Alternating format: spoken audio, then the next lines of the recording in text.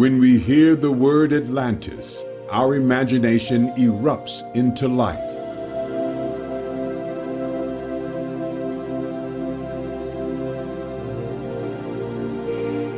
Great sparkling cities, tall, elegant people, and amazing technology of a once all-powerful nation that is now lost to us in the mist of time.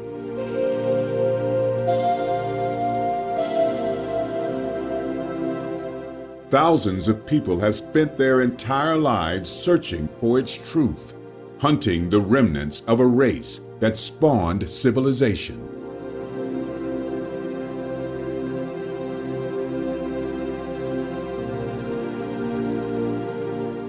Others have disappeared into the world of psychic phenomena to seek out the secrets, and even more have looked towards the stars and an alien answer.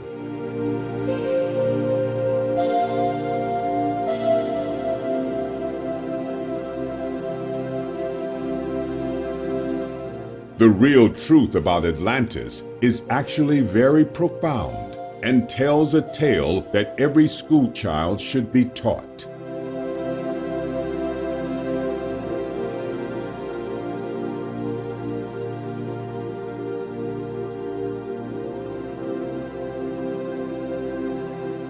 Yes, there are real people in this tale. Yes, there are real places. But there are also very real inner truths. These truths stretch back in time to the origins of civilization itself.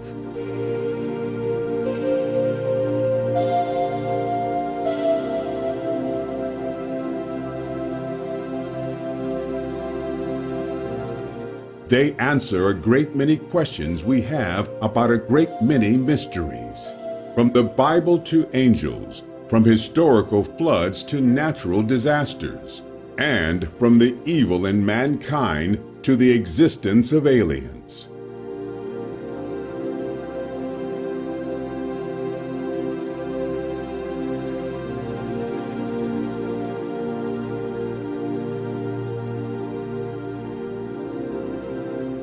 The tale of Atlantis brings them all into light from the dark depths of an ancient sunken abyss.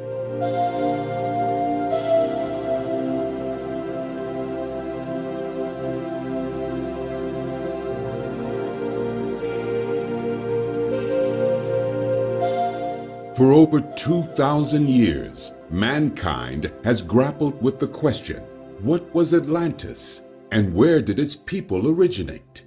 From great sea power of ancient times to idealistic utopia, from pawn for Nazi propaganda to home of the ancient aliens, the full weight of human imagination has been brought to bear on the mystery that is Atlantis.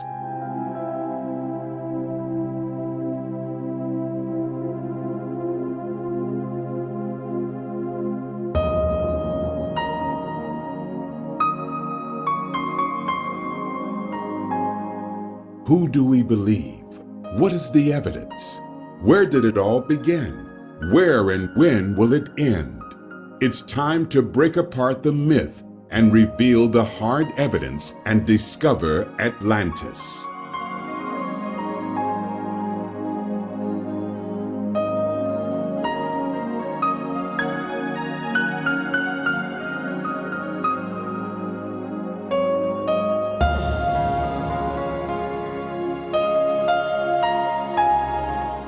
So what does the word itself mean, and where did it originate? Two small dialogues called Timaeus and Critias, written by the Greek philosopher Plato in around 360 BC, first mention Atlantis. It is named after the Greek Titan god Atlas, who holds up the world on his shoulders. Atlantis is the island of Atlas. According to Plato, Atlantis was a great land and a sea power situated in front of the Pillars of Hercules. This great power had existed 9,000 years before Plato. That's about 11,000 years ago.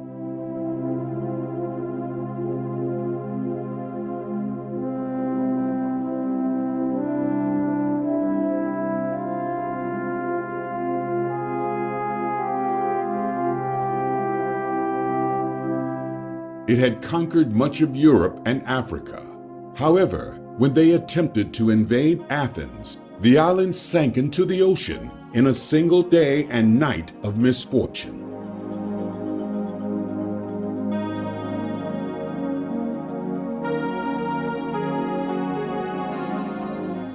From the moment Plato put pen to paper, Atlantis became a mystery of debate on all levels, from the idea that it actually existed to the concept of it being a utopian dream.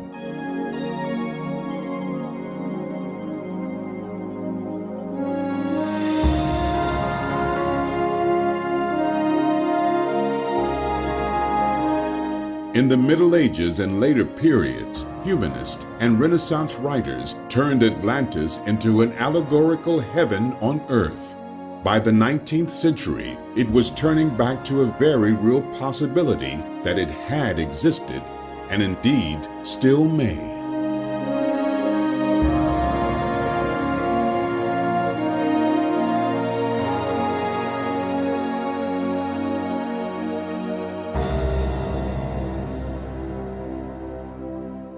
One thing is sure, the idea of Atlantis has inspired the imagination of countless individuals throughout the centuries and still does. To academics, the tale is one of many myths woven into Plato's works for purely stylistic reasons. He was conceptualizing the ideal state, just as he did so in his book, The Republic.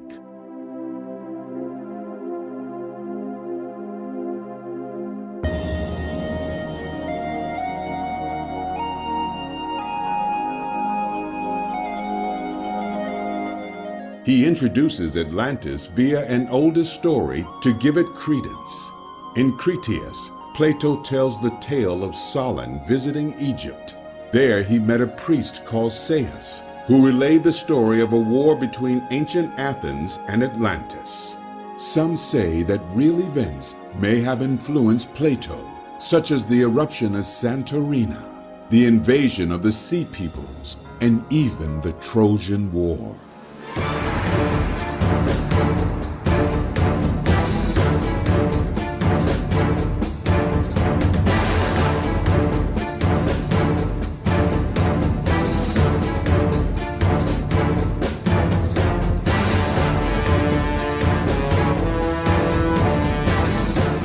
Most, however, insist that Plato created the story with minor inspirations, such as the failed Athenian invasion of Sicily.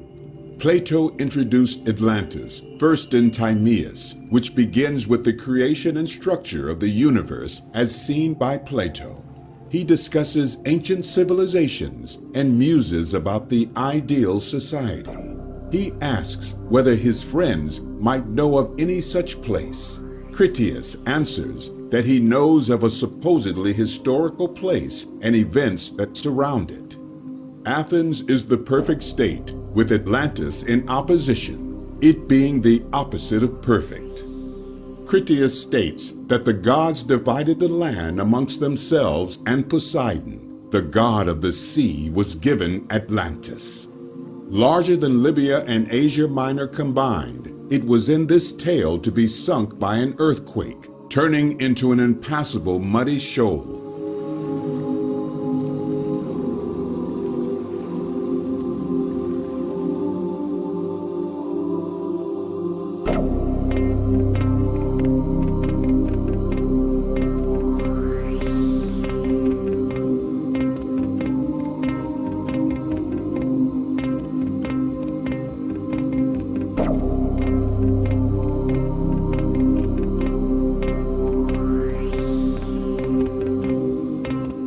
The Egyptians, he said, described Atlantis as having mountains in the north being hundreds of miles across, made up of numerous islands, with the central island being around a half a mile in diameter. It is probably important to understand the layout and description of the islands of Atlantis, because one thing is for certain, Plato would never include such details on a whim. Like many other myths, the details could point to a real location, such as in the case of Troy, or refer to something like sacred geometry.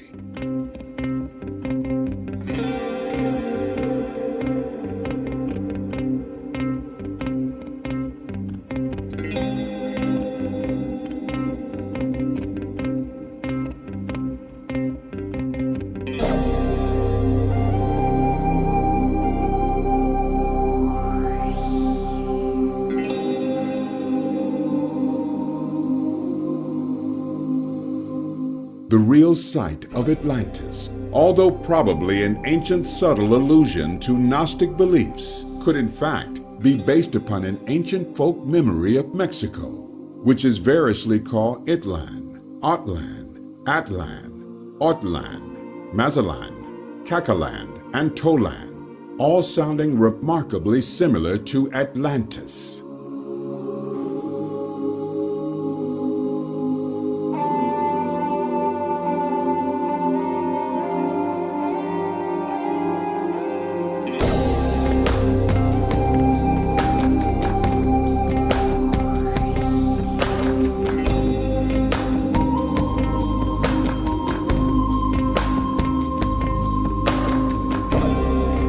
Plato places Atlantis beyond the Pillars of Hercules. There are only the Americas beyond the Pillars. He says it is larger than Libya, which was seen as most of Africa to Plato.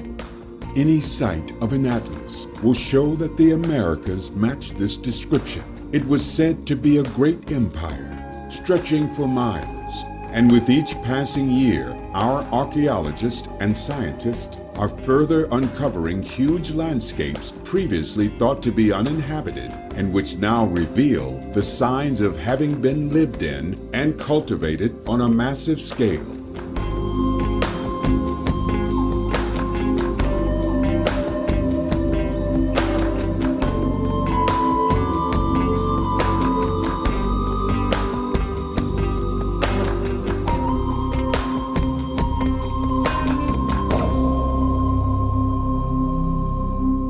Also, we have seen from the timeline that the Harappan culture of India, the pre-Indian civilization, was a great seafaring society.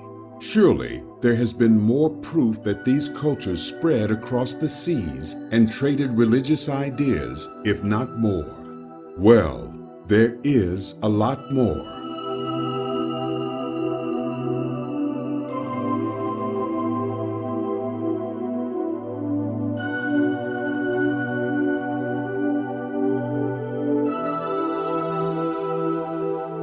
The ancient boats used by the Chinese, Japanese, and Indians were sampans. This is interesting because in South America, the tribes of the coast called them Mayu, Chimpana, Champan, and Sampan, virtually the same terms for vessels across the ancient world.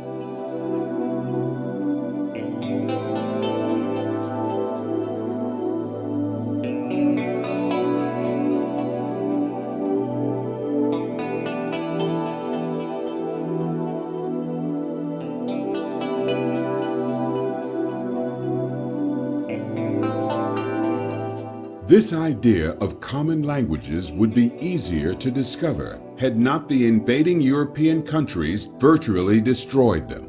However, there are plenty of similarities in structure and meaning to make the case. You will notice from the very names of places, such as Atlan and Otlan, that the letters Talan are common. In ancient myth, the serpent race of India, known as the Nagas, was said to reside in Patalan or Patlan. An interesting fact when we consider that all these cultures worshipped the serpent.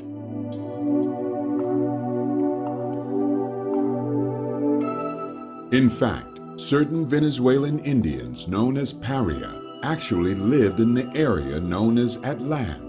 The Parias, according to Bragheim, in the shadow of Atlantis, were white-skinned and possessed folklore of a great cataclysm that destroyed their original homeland.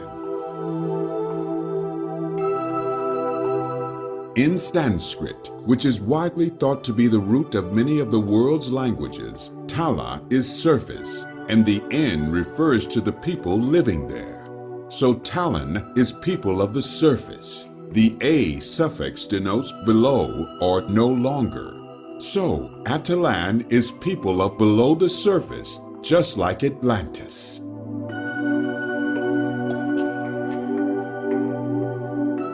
Amazingly, Tala is also an epithet for the Hindu god Siva, and therefore Talan means the people of Siva. Veracruz in the Americas is said to be derived from Vela Cruz, which is Spanish for seeing the cross. Not an unusual thought, considering this was a symbol of the feathered serpent savior Quetzalcoatl. However, in Sanskrit, Veracruz means simply Kurus the hero, a title for the tribe which is said to have disappeared from India following the deluge, indicating through language alone that there must have been contact, especially when we consider the rest of the data. But how did they transport themselves? Possibly on sampans, which we have seen are the same. But also, the savior deity Quetzalcoatl and the god Vishnu are both said to have traveled to Patala via an eagle and a raft of snakes. Quetzalcoatl disappeared back to Talapalan, the place of the people of Pala, which is in fact Bihar in India. From this place, it was considered that the world's greatest architects and builders emerged after the flood, and they spread across the globe.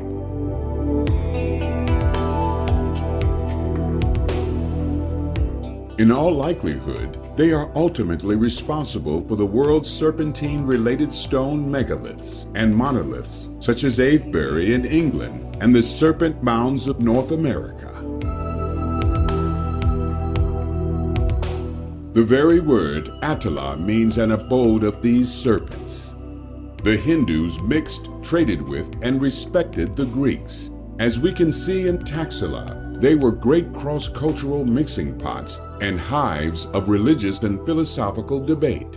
And indeed, it is highly likely that the stories of Atlantis evolved from Hindu myths, such as the story of the city of Dvaraka in the Mahabharata, the capital of Krishna, which sank.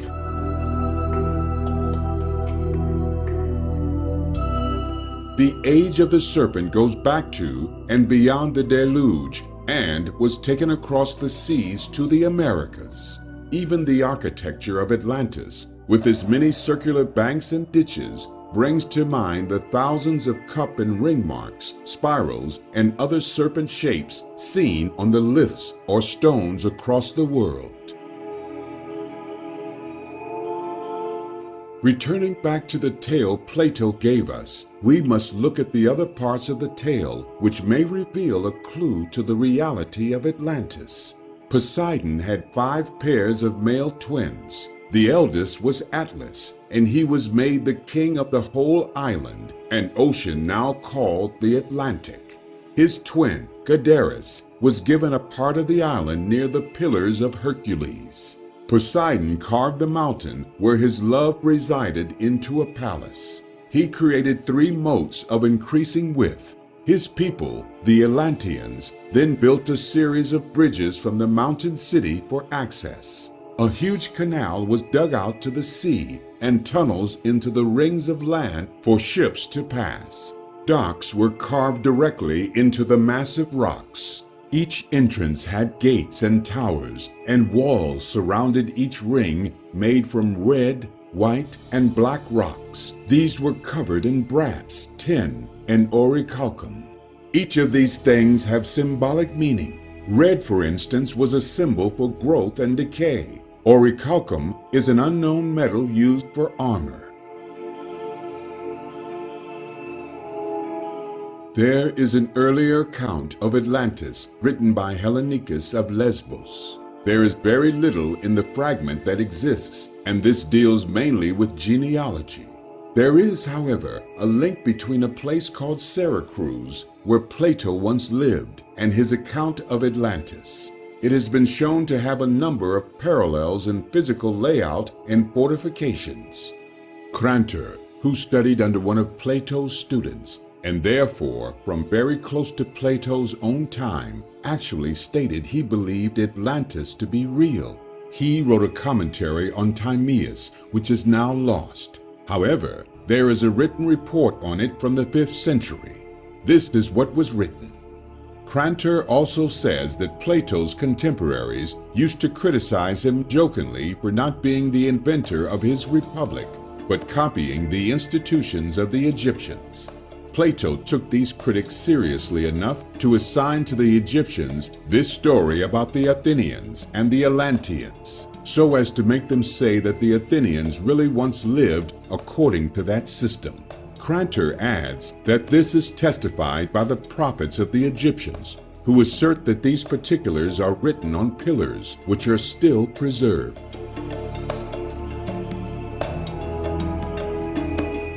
The writer Proclus also said, "We must bear in mind concerning this whole feat of the Athenians, that it is neither a mere myth nor unadorned history, although some take it as history and others as myth. That an island of such nature and size once existed is evident from what is said by certain authors who investigated the things around the outer sea.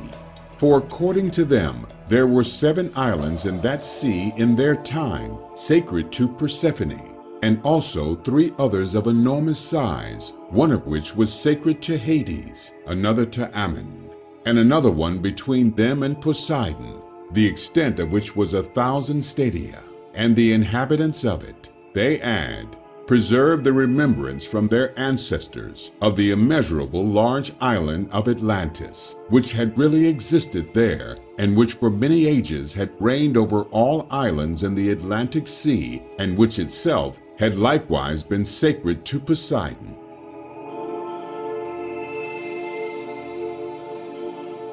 So it was or is a massive island, sacred to the gods, and sits in the Atlantic. Somewhere between Europe and America, maybe.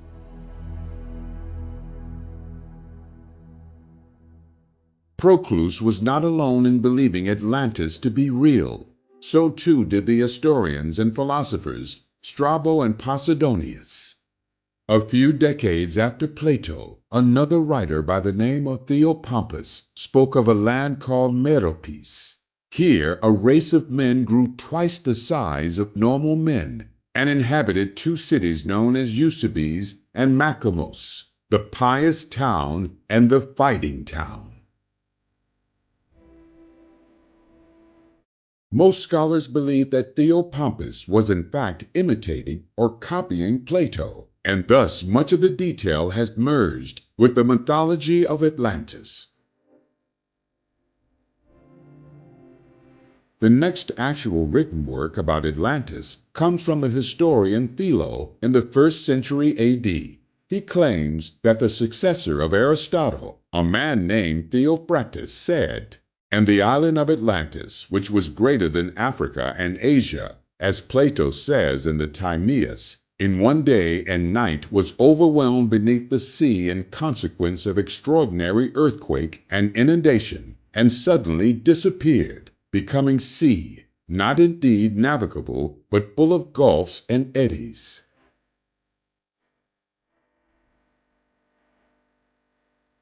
The Christian writer Tertullian said that Atlantis was real and that it was equal in size to Libya or Asia, showing that he was familiar with Plato's description. Another Christian, Onobius, not surprisingly, said the destruction of Atlantis was due to their pagan ways. It is interesting that Atlantis was also being compared with the Great Flood from the Bible, a sudden destruction of populations way back in antiquity and only remembered now as legend. Scientific evidence does show floods around the globe at various times, and some have compared the tsunamis caused by the eruption of Santorini in the biblical flood. In truth, it may be that other cultures wrote of this massive destruction of an entire civilization, but with different names and perspectives.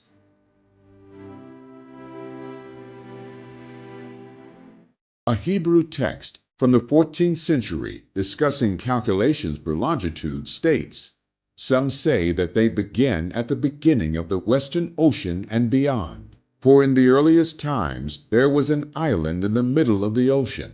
There were scholars there who isolated themselves in the pursuit of philosophy. In their day, that was the beginning for measuring the longitude of the inhabited world. Today, it has become covered by the sea.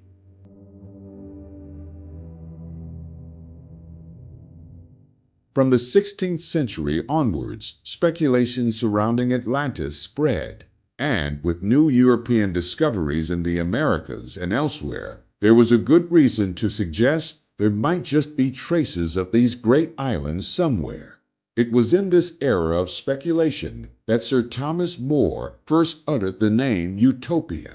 It was a work inspired directly by the tales of Atlantis and accounts from travelers to far-off lands. This utopia was situated in the New World of the Americas, and indeed inspired many people to venture across the Atlantic themselves. Plato's description of a massive continent mirrored the size and scope of the New World of the Americas for many.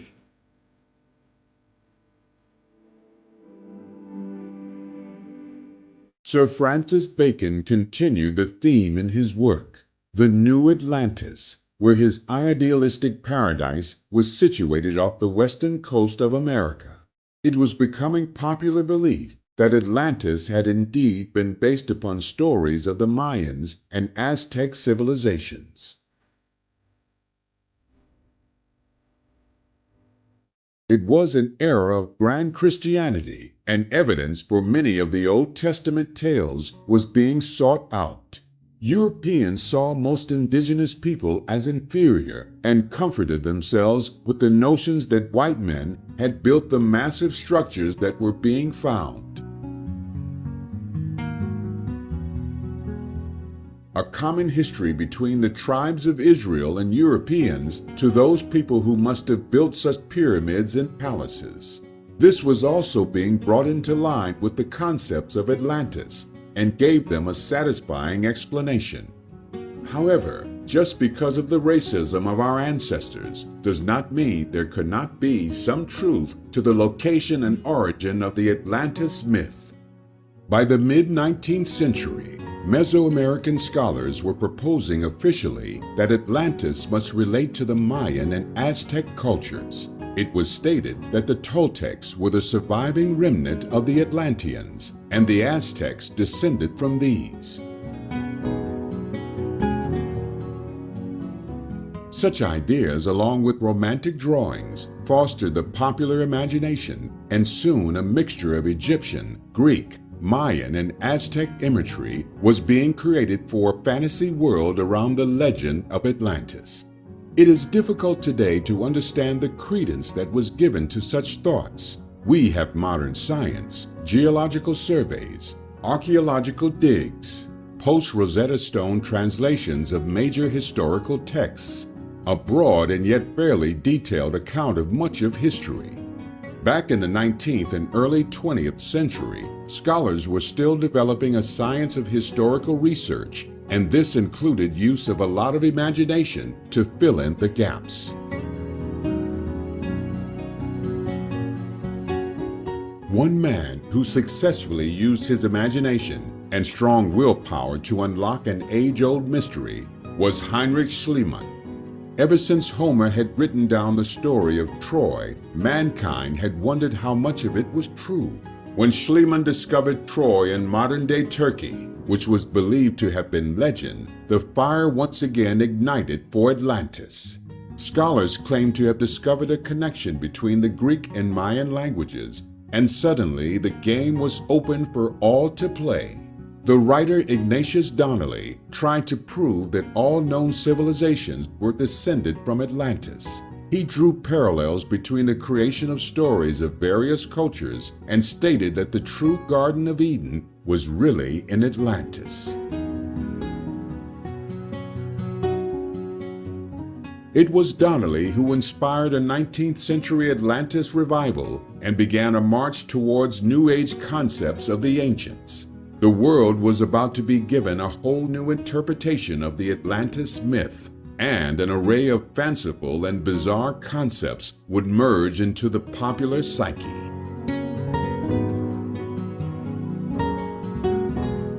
The Theosophical Society would take it all, mold it, and repackage it in The Secret Doctrine by Madame Blavatsky. The book, she claimed, had been originally dictated in Atlantis itself.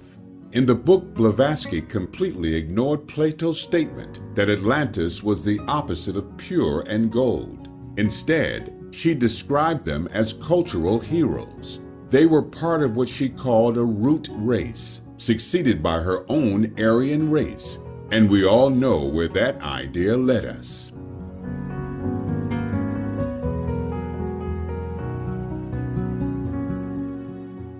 The Theosophists claimed that Atlantis reached its peak of civilization around 1 million years ago, when it finally destroyed itself through the dangerous use of psychic and supernatural powers. There is absolutely no evidence for any of the claims other than their own self-professed psychic abilities to communicate with Atlanteans.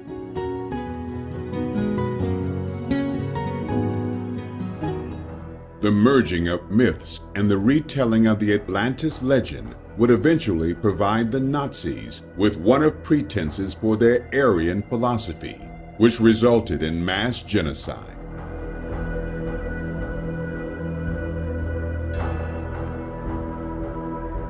In 1934, Julius Evola claimed the Atlanteans were Nordic supermen who had originally come from the North Pole, and others followed suit. This creative surge surrounding Atlantis is now in the popular psyche. People see it as a home of advanced technology, of superhuman abilities of perfection. Powerful energy crystals and mystical magical ways pushed aside any concepts of a real city-state inhabited by real people. During the course of the 1960s and beyond, modern understanding of plate tectonics and continental drift has eroded such New Age philosophies, and science took over.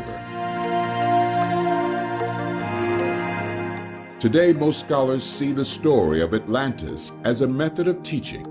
Breaking down Plato's writing methods and Greek storytelling reveals that he may in fact have been asking us to examine our own culture, politics, government. We have missed the point, they say, if we go around the world attempting to discover the lost continent.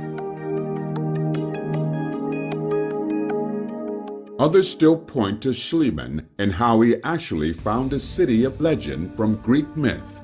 So where should we look? Where is this ancient place? Is it in the realm of thought and philosophy? Or is there a possibility that it may have once existed like Troy?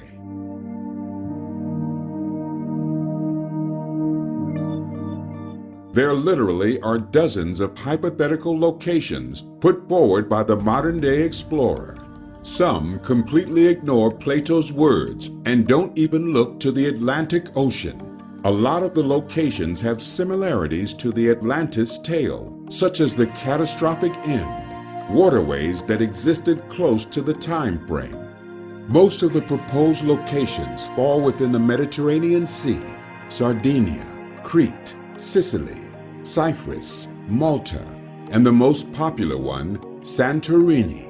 There are also ancient cities that come under the spotlight, such as Troy and Tantalus.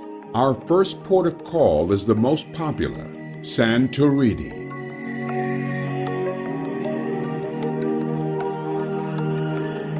Located in the Aegean, it is today known as Thera. Many experts claim that it was once the home of an ancient Minoan civilization from Crete. Seen as a wise and cultivated society, it is easy to understand how they may have been seen as Atlanteans. Like the people of Atlantis, the Minoans worshipped the bull, and this had been used to link them together. But the problem remains that many cultures of the period, such as the Egyptians, worshipped the bull as well. It is also not beyond the Pillars of Hercules, as Plato stated. In and around the 16th century BC, Santorini erupted, destroying the society completely. It caused a massive tsunami that also destroyed the Minoan society on Crete and spread disaster far and wide, with flooding as far as Egypt.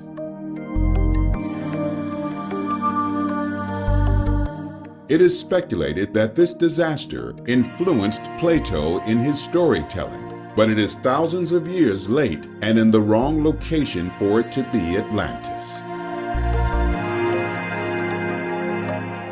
Speculation, New Age psychic ideas, Nazi propaganda, treasure hunters, and more, and yet no one has found real hard evidence. That was until 2011. A television team working under Professor Richard Freund actually claimed to have found evidence for Atlantis in Andalusia. It was their belief that Atlantis had been destroyed by a tsunami in the area previously discovered by Spanish scientists. The team used satellite imagery of a suspected submerged city north of Cadiz and found what they believed to be a multi-ring ancient dominion. They claimed that citizens of Atlantis fled to other cities in locations close by. However, Spanish scientists have completely dismissed the speculations, calling the claims fanciful. It is yet to be proven beyond doubt to be the location for Atlantis.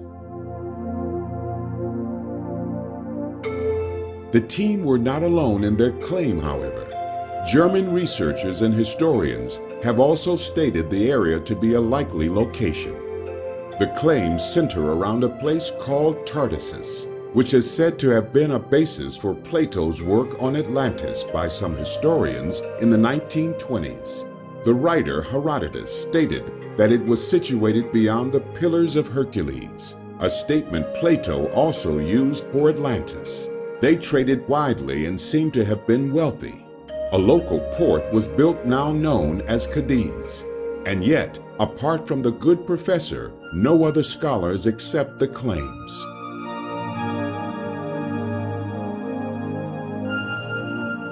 Many look beyond the Pillars of Hercules, now known as the Straits of Gibraltar, and into the Atlantic Ocean. It has been claimed that Atlantis was a northern European sunken island such as Doggerland or Bergen Island, which was flooded by a tsunami in around 6100 BC.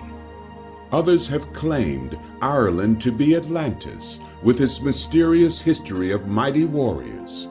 The Canary and Madeira Islands have also been claimed due to their location just beyond the Mediterranean, but no evidence has been forthcoming. Various studies on the islands, including the Azores and beneath the ocean waves, have resulted in a complete lack of evidence. Several other locations have been speculated upon: Antarctica, the Caribbean, an island near Cuba, the Bahamas, and South America. None of them have come anywhere near the amount of evidence required to prove beyond doubt that they are indeed Atlantis.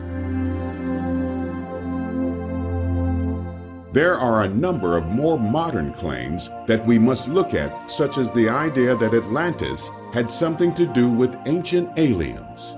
Before we do, it's time to take a look at a few of the problems with the original texts from Plato. Doing so will help us be clear-sighted when listening to claims of aliens and such. Atlantis is said to be beyond the Pillars of Hercules or modern-day Gibraltar, and the sea is said to be impassable.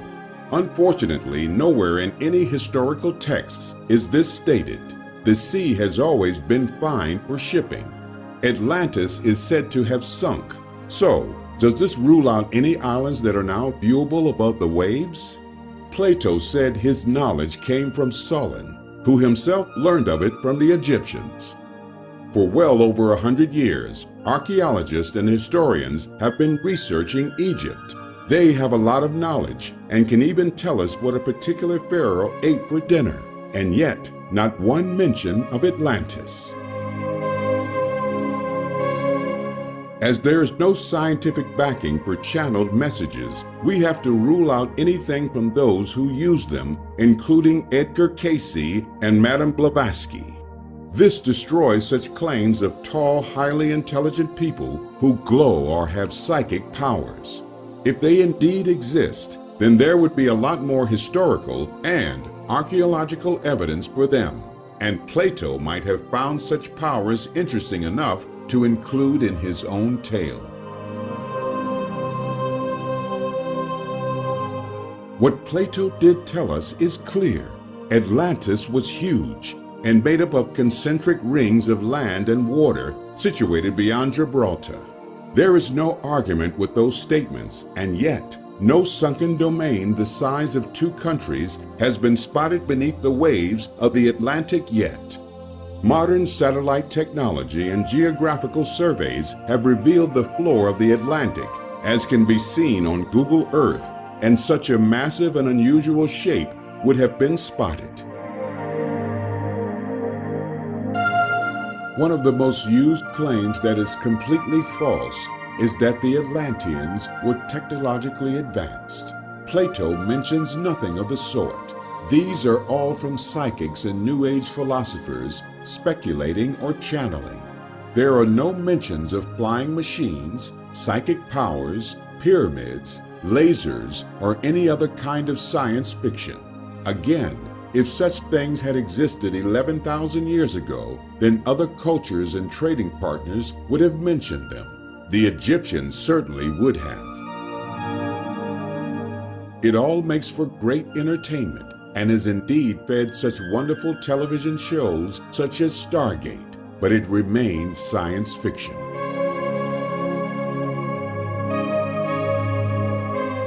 Many of those early writers who made fanciful claims for Atlantis were radically oriented, claiming that Mayans and Aztecs were not capable of creating their own pyramids and grand structures.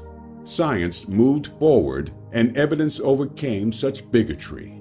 Today, similar claims are made, but instead of white Europeans or clever Egyptians being the minds behind the mystery, it is said that the knowledge came from the aliens.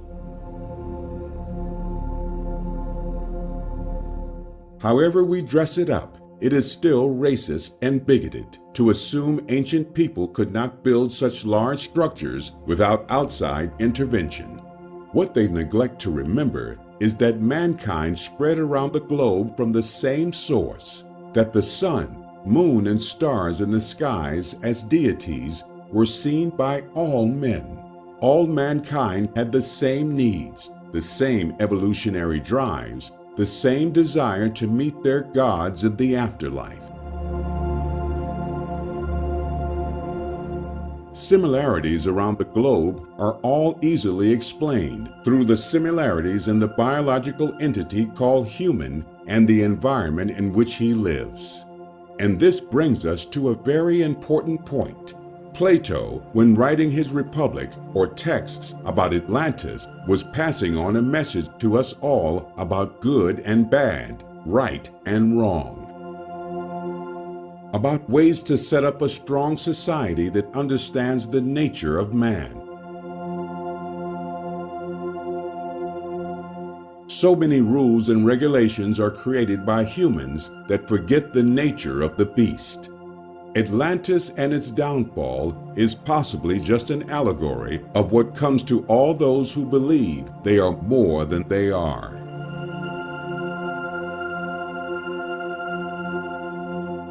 Plato was a teacher of men. Not all that is taught is literal fact.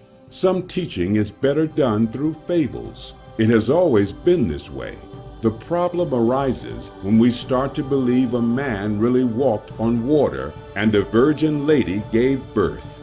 The same can be said of Atlantis in many ways.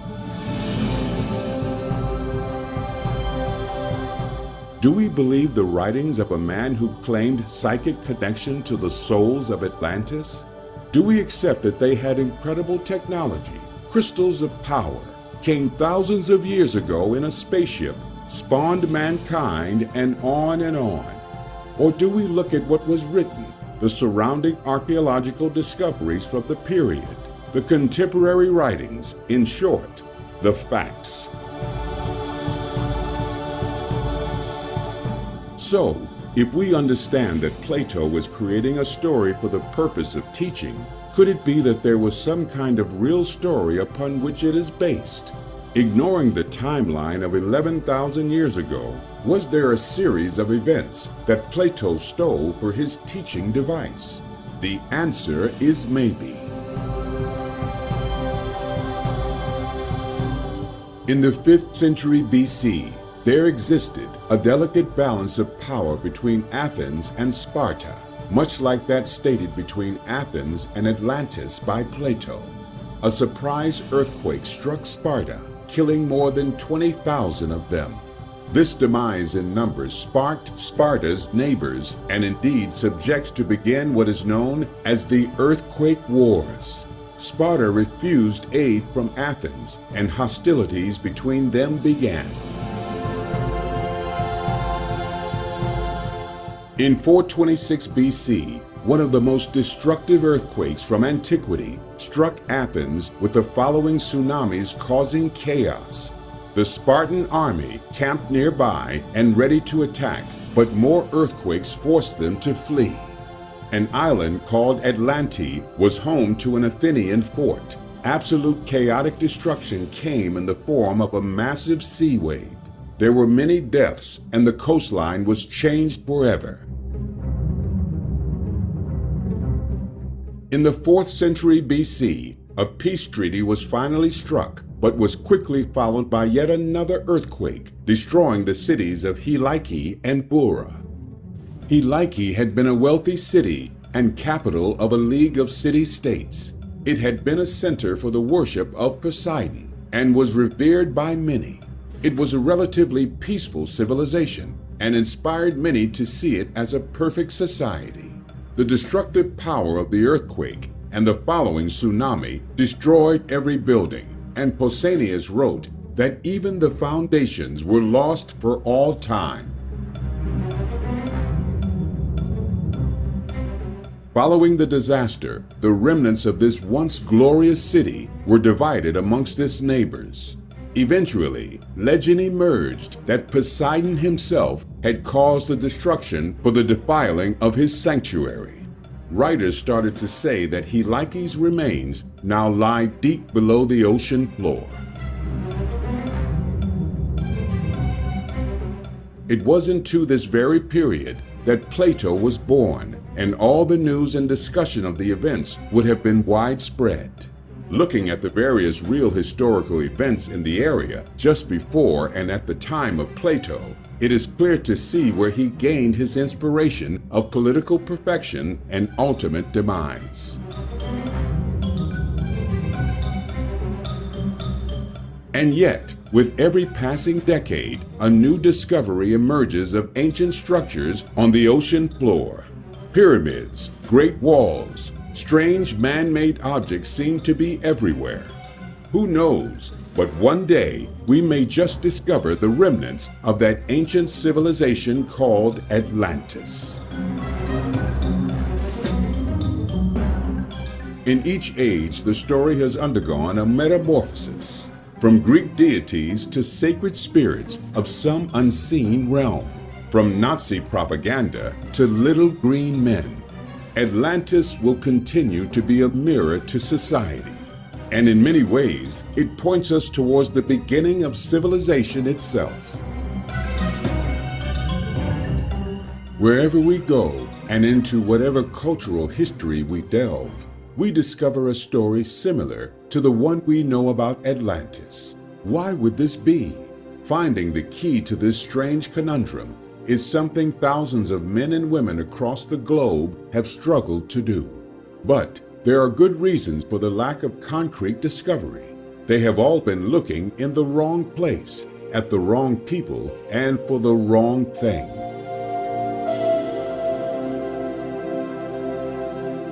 For too long, historians have focused on a few words left to us by Plato and misunderstood what he was really telling us. Could it be that even Plato didn't understand what had been told to him? But what about joining the dots? Across the world, there are remnants and legends of a mystical past left undiscovered by our misunderstanding. The real Atlantis can and will only be discovered by seeing the bigger picture, because Atlantis is all around you right now.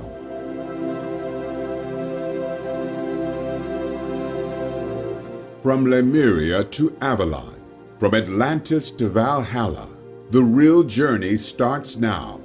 Maybe it's time to forget everything you have been told. Throw out the preconceptions about an island of circles that sank beneath the waves and open your mind to a brand new possibility, that Atlantis was much more than you could ever imagine. Could this be the story of the real Atlantis? Is this the real lost history of mankind itself? This is the tale of a mass migration of people such as the world has never seen since. For just a moment, let us consider something very strange and bizarre. Let's return to the concept of Mexico, and let us imagine that Atlantis, the name, may have something to do with it. A Greek myth emerging from the other side of the Atlantic? Well, not quite. You see, it may in fact be those people in Mexico had the same or similar names and beliefs as much of the ancient world for a very good reason. That ancient serpent-worshipping people spread out across the globe and took with them these names and beliefs.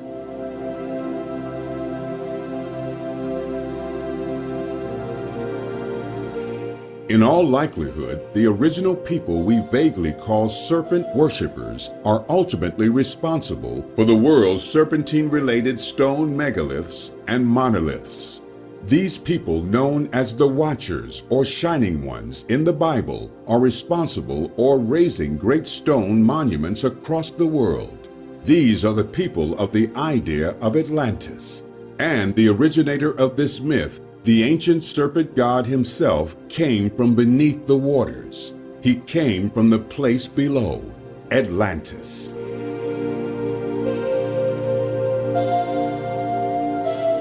Jeffrey Ashe in The Ancient Wisdom says, according to one theory, all primordial serpents of myth are derived from a Sumerian arch-serpent in subterranean waters whose name was Zu.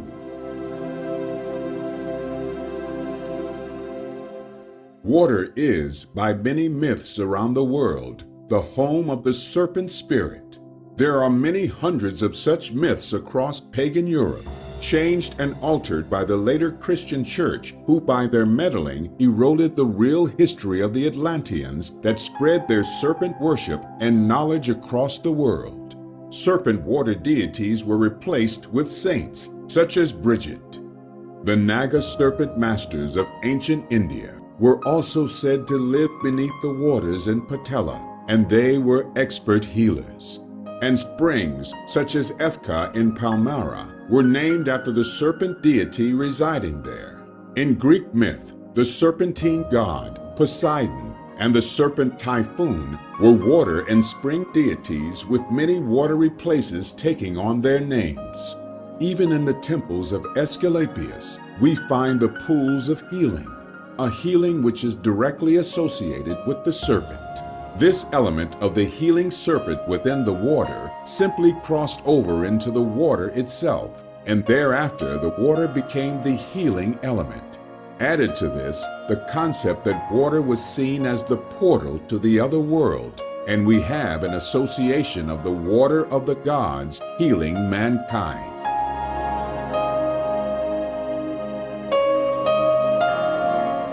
Beneath the temple in Jerusalem, there is the serpent pool or dragon pool. What is it for? No one is quite sure. It may be that here lay the Hebrew secret of the healing water in the name serpent. The Gnostic Jews, known as the Essene, were said to have used pools to heal, and they are connected to the healing serpent in many ways. Their original name, Orphites, meant serpent worshippers.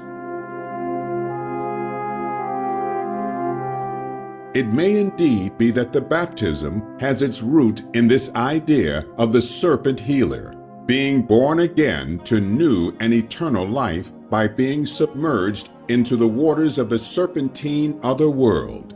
by returning to Atlantis.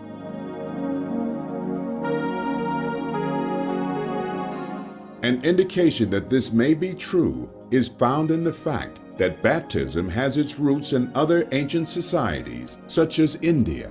Here, the initiate was dipped 3 times into the sacred waters. In Greece, they even kept a holy vessel, which carried the sacred waters of the healing serpent. The Egyptian Horus was baptized by Anu, the baptizer. And so the origin of baptism is much older than we previously understood. And as we can see, it is firmly rooted in civilizations which are central to the development of the serpent-worshipping cult, namely Egypt and India, and the origins of the myth of Atlantis. A larger version of this basic truth is seen in the story of the flood, the deluge that sank Atlantis and other fabled islands across the world. In Indian lore, the many-headed serpent Vishnu tells Manu about the coming deluge and so saves mankind from certain death, only to be symbolically reborn again after the deluge and from the waters. It is the serpent which has the powers to create the chaos of the flood, and the serpent which can save, in the same way that it has the venom to kill and the venom to cure.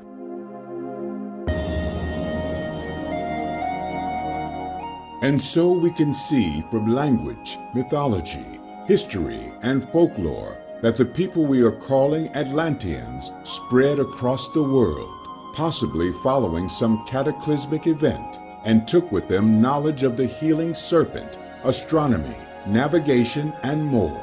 And all of this goes right back in time to the origins of civilization itself, to the ancient gods themselves. And we must remember that to live beneath the waves under the sacred waters was in fact the place of the gods, to live where no human could. To survive in the other world, only the gods could live there.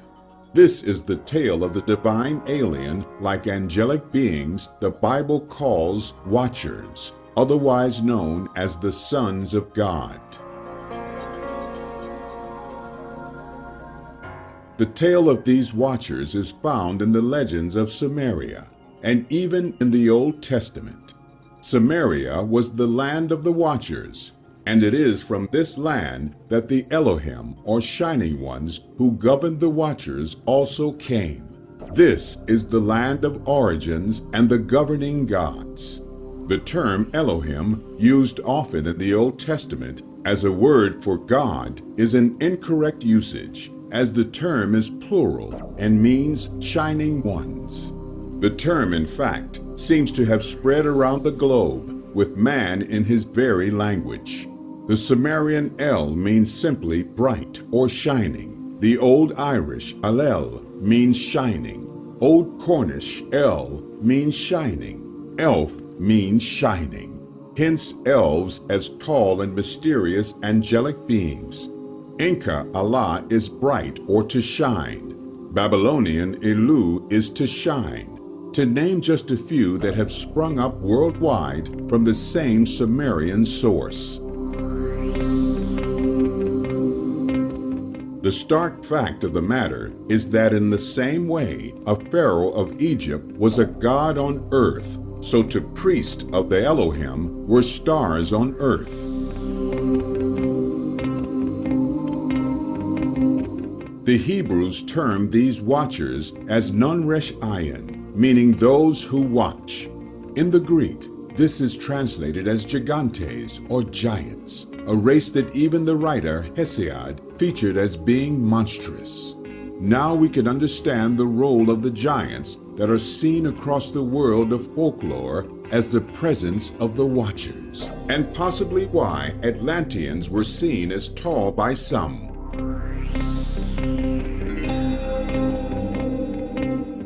These Watchers, according to the Book of Jubilees, are the sons of God spoken of in Genesis, sent from their heavenly abode to instruct men.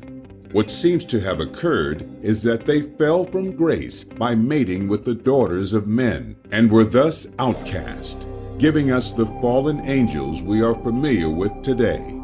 However, not all these watchers descended from the heavenly abode and were termed holy watchers, residing in the fifth heaven. As Enoch himself had testified against these fallen watchers, he was protected by the ruling shining ones and transported to the Garden of Eden. Eden itself means plateau and is therefore a specific place.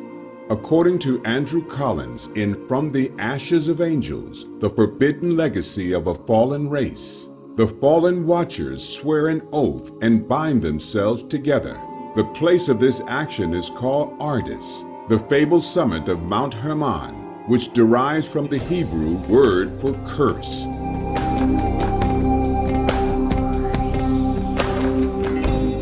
Following these actions of the fallen watchers, the Shining Ones call down a great flood upon the earth to destroy the offspring, and Noah is warned to build a great ship to escape the impending doom. Here we have the origin of the great cataclysm, which ultimately destroyed the home of these Atlanteans, or Watchers. It is the links to these ancient Watchers and Atlanteans that has spawned much of the idea that they were in fact aliens. They fell to earth, did battle in the sky, and more. Much of this myth of the Watchers is found to be within the tales of war and merging of peoples across the Middle East between Canaanites, Egyptians, Sumerians, and even Asian civilizations. But the underlying current is a belief in the Shining Ones as leaders, with Watchers doing their bidding. In the Bible, these became angels and God Himself. In the tales of Atlantis, they became the Atlanteans, lost in the mists of time. What remains are tales created to teach us, just as Plato was trying to tell us that mankind is doomed to failure because of his evil ways.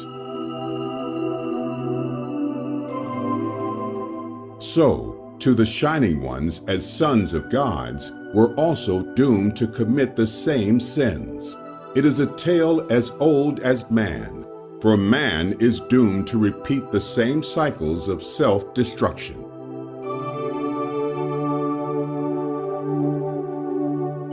Atlantis is based on very real places and events. From the Aztec and Mayan Atlantis to Santorini or Thera in the Mediterranean, these were real civilizations that offered up their ancient history to the writers of the past and became known as Atlantis. They originated from an ancient world that was the real Atlantis.